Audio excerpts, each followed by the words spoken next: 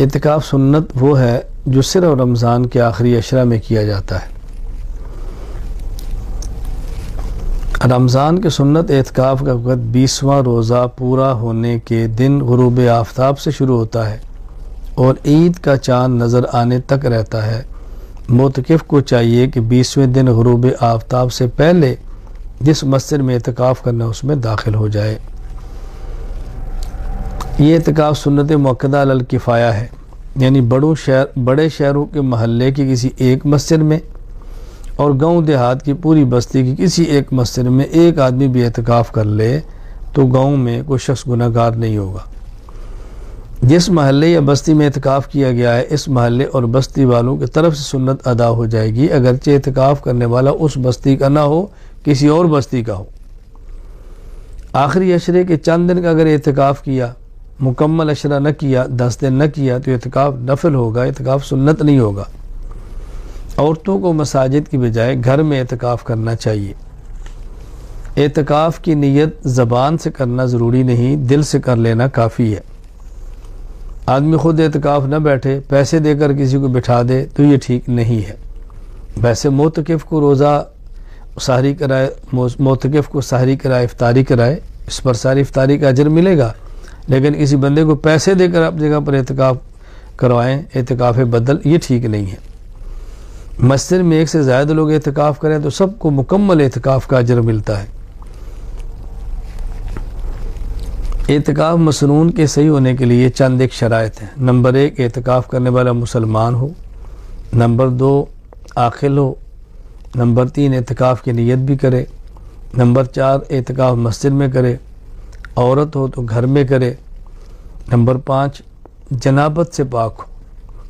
اگر حالت جنابت میں اعتکاف میں بیٹھ گیا، اعتکاف تو ہوگا لیکن حالت جنابت میں مسجد میں داخل ہونے کی وجہ سے گناہگار ہوگا، اس لیے جنابت سے پاک ہونا ضروری ہے۔ اگر عورت تو حیض اور نفاس کی حالت کے اندر نہ ہو، وگرنہ اس کا اعتکاف نہیں ہوگا، چونکہ اعتکاف کے لیے روزہ چاہیے، سارے میں روزہ رکھ نہیں سکتی۔ پھر اعتکاف والے کو چاہیے کہ روزہ رکھے۔ اگر اعتکاف کے دوران ایک روزہ بھی چھوٹ گیا تو یوں سمجھیں کہ سنت اعتکاف اس کا ختم ہو گیا۔ اگر کسی شخص نے پہلے 20 دن نہ روزہ رکھا نہ تراویح پڑھی، صرف آخری عشرہ اعتکاف کرنا چاہے تو یہ شخص بھی کر سکتا ہے۔ جس شخص کے بدن سے بو وغیرہ آتی ہو اس کو اعتکاف نہیں کرنا چاہیے۔ اگر اتنے کم درجے کی خوشبو سے ختم ہو سکتی ہو تو الگ بات ہے، ویسے اعتکاف میں بیٹھ کر مزید معتکفین اور نمازیوں کے لیے اذیت کا اور تکلیف کا باعث نہ بنے۔ اعتکاف کی حالت میں چند کام ایسے ہیں جو کرنے جائز ہے اور بندہ کر سکتا ہے۔ معتکف کا مسجد میں کھانا، معتکف کا مسجد میں پینا جائز ہے، معتکف کا مسجد میں سونا جائز ہے، ضرورت کی بات کرنا جائز ہے، اپنا نکاح اعتکاف کے دنوں میں مسجد میں جائز ہے، کسی اور کا نکاح ہو اور یہ نکاح خواہ ہو تب بھی جائز ہے، مسجد میں نکاح کی مجلس اس میں شرکت کرے تو بھی جائز ہے، معتکف کا اپنے کپڑوں کو بدلنا یہ بھی جائز ہے، معتکف کا خوشبو لگانا یہ جائز ہی نہیں بلکہ مستحب ہے، معتکف کا تیل لگانا یہ بھی جائز ہے، کنگھی کرنا یہ بھی جائز ہے، لیکن تیل اور کنگھی میں اس کا خیال کریں کہ بال نہ گرے، پھر ہی مناسب نہیں ہے۔ کپڑا ہو، تیل لگا لیں، کنگھی کر لیں، اپنے بال سنبھالیں، سنبھال کے باہر رکھیں، اس کا بہت زیادہ خیال کریں۔ اگر کوئی ڈاکٹر ہے اعتکاف کے اندر ہے، کوئی مریض آتا ہے اس کو چیک کر لیتا ہے تو حرج نہیں ہے۔ یہ نہیں ہے کہ اپنا کلینک اعتکاف کو بنا لے، اعتکاف بھی اور کلینک بھی چلتا رہے۔ ویسے کوئی مریض آ گیا ہے، کوئی مسجد کا ہے، کوئی نمازی ہے تو اس کو چیک کر کے نسخہ دے لے تو جائز ہے۔ اپنے برتن وغیرہ دھونا یہ بھی جائز ہے۔ معتکف کا اپنی نشست گاہ کے اوپر چادر لگانا ٹھیک ہے، کوئی حرج نہیں ہے، بلکہ اس سے آدمی کو ایک قسم کی خلوت مل جاتی ہے۔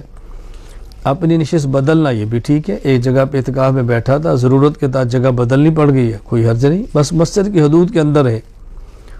بقدر ضرورت بستر، برتن، سامان وغیرہ رکھنا یہ بھی ٹھیک ہے، کوئی حرج نہیں۔ معتکف کا تقاضے کے لیے مسجد سے باہر جانا ٹھیک ہے، اگر قریب جگہ نہ ہو، دور ہو تو بھی ٹھیک ہے، لیکن قریب کی جگہ چھوڑ کر دور جانا یہ ٹھیک نہیں ہے۔ معتکف حاجت کے لیے باہر جاتا ہے، بیت الخلاء کے لیے لائن لگی ہے، اس کو وہاں انتظار کرنا پڑتا ہے تو جائز ہے۔